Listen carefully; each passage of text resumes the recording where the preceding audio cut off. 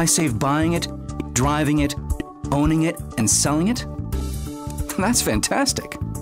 Toyota, a great value from start to finish, and everywhere in between.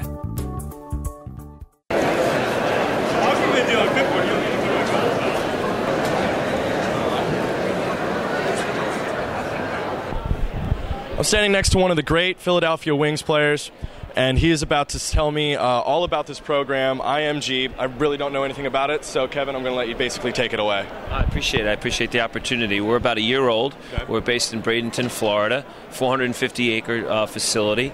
IMG Academy has been around 30 years. Started with Nick Bollettieri Tennis Academy. Okay. Trained the likes of Andre Agassi and Sampras and Maria Sharapova.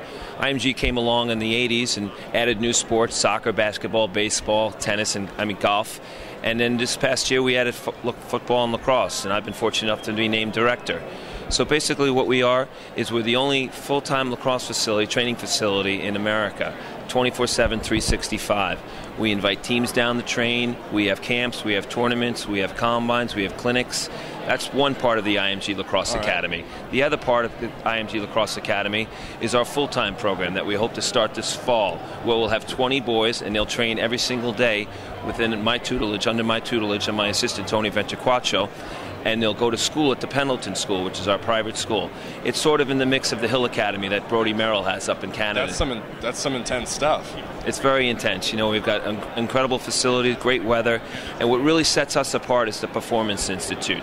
That's a huge operation at IMG, where kids train with our strength and conditioning coaches, our mental conditioning coaches, our vision coaches, all to be the total athlete. So it's very exciting. So how do you choose who gets this honor?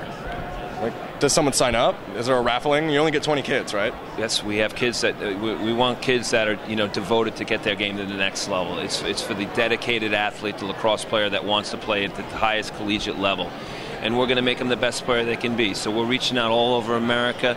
We've been doing clinics and speaking engagements all over to get kids down there to let them know what we're all about. And we're looking for the outside the box areas around the country where kids are hungry for lacrosse at the highest level. Mm-hmm. Well, it sounds like a lacrosse camp on steroids, basically. It's exciting. We got great coaches, great facilities, great staff, and our everybody on campus is dedicated to helping kids achieve their goals and their dreams. All right, well, if you guys think you have what it takes, this sounds like a great opportunity. You would have a great coach, and just from flipping through their booklet, the campus looks beautiful. So thank you for your time. Best of luck, and I appreciate what you're doing. That's a really good thing for the sport. Thank you, and I love e-lacrosse. It's one of the classics here at the convention. A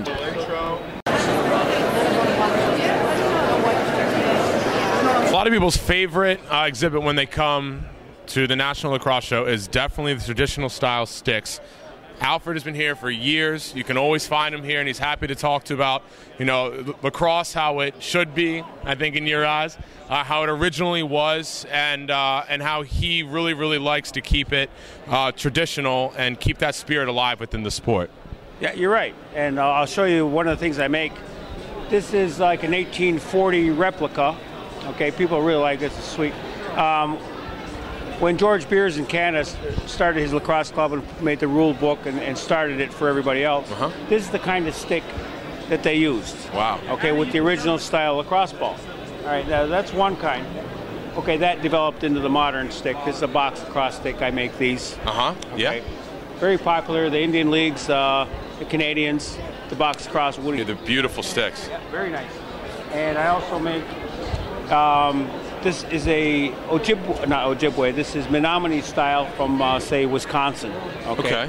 This is not a development into what we have today. This is another tribe with another stick, another kind of ball, another set of rules of how they play. Yeah, I think a lot of people mistake this as like the first lacrosse stick. Yeah, that's the conception there, but it's not. Other tribes played with their stick, their ball, their rules, their way to play, their way to score, and everything. Okay. Great. So this is Great Lakes. It's the circle. This is a Eastern Sioux style. This is a circle. Okay. Now that's Great Lakes style. All right. This is Seminole Creek from Oklahoma. All right. Okay. Wow. Now they have one stick in each hand, and they'll scoop up the ball, hold it in, and run, holding it in with the other stick. Yeah. Okay. Okay. They'd reach up like this and wing the ball towards the goal, overhand like that. Yeah, and that was like a no holds bars. Yeah, this is pretty rough. Yeah, rough and tumble, no pads, no helmets. Right, no pads, no helmets, and they'll tackle you, they'll punch you, they'll choke you, they'll do everything they can to win this game. It's not really like a war game. It's just they play very seriously. No time limit. No time limit. No, it's like, say, the first team to 5 goals wins the game, which could be 5 minutes or 5 hours or all day. Yeah, all day until the sun goes down. Yeah, you just keep running. That's incredible. And the process that you do to make these, I mean, there's a lot of time and there's a lot of passion, that goes into every single one of these sticks. So if you get one, I mean, it is your stick, and it's a very proud thing that I know you do. Right, they're all unique. They're, handmade from a tree. Each piece of wood is different. They're handmade, so when you make them, you don't make them all exactly the same. They'll have their own character. Yeah. I tell people, the guy picking one up, he's looking at it, he wants a stick, and I said, well, put the ball in and feel it. Take another one, put the ball in and feel it. I said, the stick's going to tell you which one you want. It will tell you. That's awesome. Don't even look at it, just feel it. So they'll have their own feel, they have their own soul, they have their own character. That's great. Yeah. Well, fantastic. And it's a pleasure seeing you, and I love seeing you every year. That's great. And a lot of great people. Great. We're all here for the same reason. Yes, we are. The game of lacrosse. Yep. Tejon disco es. That's you got to love it. A lot of knowledge, a lot of passion, and it's a great guy to meet if you ever can get down here. And hey, thank you so much. I appreciate your time. Take care. The lacrosse convention is all about innovation. I'm holding in my hand something you guys call the bullet. The bullet. And it's all about, if I'm not mistaken, weight distribution, correct? Absolutely. All right. All right, well, I'm going to hand it off to the president for a moment. Mr. President. Thank you. We developed this product last year, and we have the patent on it. And what it does is it improves the control and accuracy of youth players, pretty much between the ages of 5 and 14. Okay. And it's all about just from having the top heaviness of the stick removed, right? Exactly. It's the we call it the counterbalance effect. It brings more control and accuracy to the lower end of the stick for young players. All right. And as a player yourself, there was a huge focus a few years ago on how light can we make this stick? How light can we make this stick? And you guys are actually going the opposite direction. You're putting an extra weight into the stick just for stability. Yeah. Basically, what it's doing is teaching younger kids to keep their stick straight up and down, which I think is what we're getting away from a lot. Mm-hmm. And you always hear coaches preaching about keeping your stick up in the box. Yeah. So what that does is as you weight this side, it wants to do that automatically with sort of a muscle memory teaching tool. Now, as far as to comment on what you were talking about with making the stick a lot lighter, okay, what this is, you don't necessarily have to play with this, okay? We use it as a training tool. Oh, okay. Feel that there? Yeah. So, I mean, some people have used it during the games and have used it, but what we do is we preach, you use this, get the muscle memory involved in it, and after you get used to carrying it in that area, you're not thinking anymore about it, and then you take that out and your stick can go back to the light. Significantly reduces sidearm play. Absolutely. Well, it's a great idea. It's a very simple fix, but it seems effective. No, so we're excited. We're selling a lot of them today. Yeah, all right. absolutely. Well, if you guys, any coaches out there need a little bit of help, try the bullet. Walk around the convention. There's more and more innovations every single year. An old school style that someone might fill their shaft up with sand or rocks. Coming out with a new product, Powershaft. Powershaft. Yep. Pete's going to tell us a little bit about it. So what do you got? You got the deep pole there? Okay, right here we have a deep pole, which is about 8 pounds. But this is used for training. You can do all your stick work drills with this. And it's basically a weighted shaft that's going to help you develop the wrist strength, the forearm strength, the shoulders. If you go use this, do all your drills, you really feel it. You get a quick workout while you're playing. Yeah, I mean, he handed me this shaft that's deep hole and even the attack shaft. And I mean, it feels like it's 40 pounds. And he informs me that it's only 8, but I'm a lot smaller than him. And I don't play professionally for Long Island Lizards. So, that happens. But, I mean, the thing is incredible. And it's, I don't know if you could zoom in here, but it's the shaft. Rod is in there. So we got a steel rod with aluminum around it. So it's a nice. This thing's not breaking. definitely not. It might break a bone, but it won't break. Yeah, fantastic for drills. Something definitely to look into purchasing for your team. Even if you just get a couple of them, get some guys, develop. Good to develop your for a starter. Definitely a fantastic product. Different weights for different age groups. Women sticks, we got goalie sticks, defensemen, everything. So go to the Powershaft.com. There you go, Powershaft.com. Improve your skills.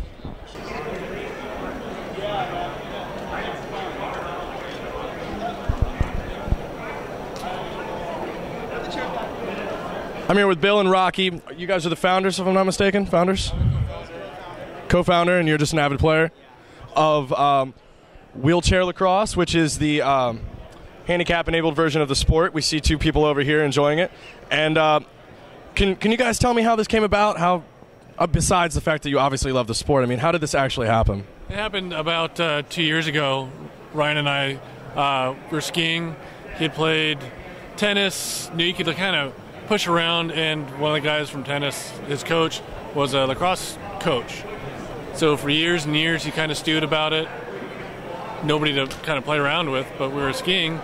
Approached me, thought it was a great idea. Went back to San Diego, picked up some used gear, stick, gloves, balls, see if we could even attempt it. Played around a little bit, realized that it was pretty fun just playing catch. A few weeks later, we had 8 guys come out to play with us a couple times a week, and realized it was a lot of fun. We learned about the indoor ball, went down to local sporting goods store, South Swell, and got some indoor balls.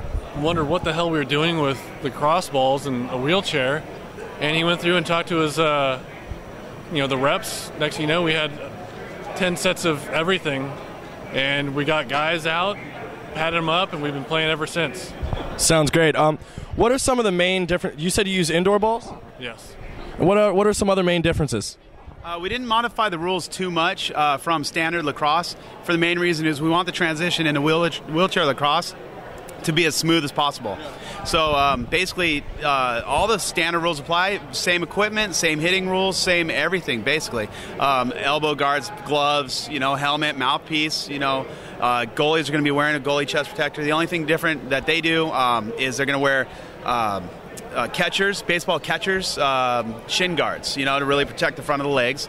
Otherwise, we didn't change the rules too much. Our rule book does have a whole section for wheelchair specific rules, but otherwise it's just a modified version of the standard lacrosse rule book. Yeah, you can see this video behind them, actually. I saw some kid get crushed.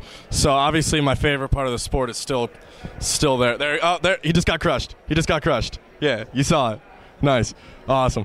So somebody who's trying to get involved in this, do you guys have a website? Maybe you guys want to do a shout out or something like that? How can someone contact you guys? Yeah, we've got a website, wheelchairlacrosse.com. Emails info@wheelchairlacrosse.com. And what we're trying to do is go out and have camps across the country. Try and get a 2-day camp, get kids involved, never played before, teach them how to play, kind of outfit them a little bit, and hopefully get a team started. Awesome. All right, guys. Well, this is a great thing. I personally appreciate it as a lacrosse player. Thank you, guys. Take care. I'm here with something a little bit different. We're talking Turkey lacrosse. This country, not the bird. I'm here with Patrick, who's the founder. And basically, do you want to just explain what you guys are trying to do over there?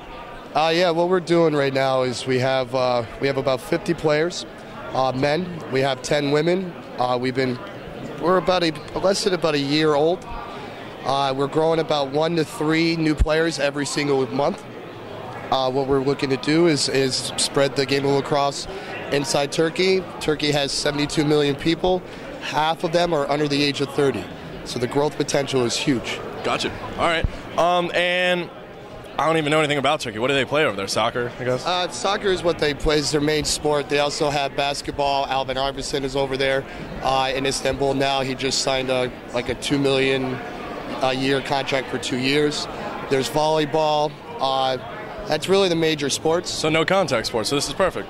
This is rugby has been developing for about 10 years, but it's very small at this point. But lacrosse actually fits into the Turkish culture. They're very passionate about their sports. In their constitution, it even mentions sports and how they have to give money once they recognize the sport to help to develop it within Turkey. All right. And you guys got some help from the Federation of International Lacrosse, which is this is their booth. And what do you want to give a little bit of background as far as what these people do? Yeah, the Federation of International Lacrosse is an organization that is set up to develop the game of lacrosse internationally. Sure. Because of them, we wouldn't be where we are. They've sent us over $10,000 worth of equipment, helmets, sticks, gloves, and so forth. They're ready to, at any point in time, to send over people to help with training and clinics. They've helped other countries like Bulgaria, Serbia, they've helped Thailand, and so forth. And their job is to literally spread this game to the global scene. And they're doing a phenomenal job. Well, great. One final question. Why Turkey? I moved to Turkey in August of '09. My wife is Turkish. Cool. We wanted to move back. I was being the good son-in-law, brought their daughter back to Turkey. I have business over there as well. Turkey is actually the fastest growing economy in Europe, so there's a lot of potential there. Oh, okay. Well, you're doing a good thing. The Federation of International Lacrosse is doing a good thing, and the bigger lacrosse gets, it's just going to help everybody else out too. Absolutely. So, thank you very much. Hey, thank you. Take care. You too. That wraps it up for the 2011 National Lacrosse Convention. Hope you guys have enjoyed seeing all the new equipment, the innovations, old friends. I always have a great time. I can't wait to come back next year. Dan? Hey, had a great time. Hope you guys enjoyed the videos, and we look forward to seeing you next year. All right, take care.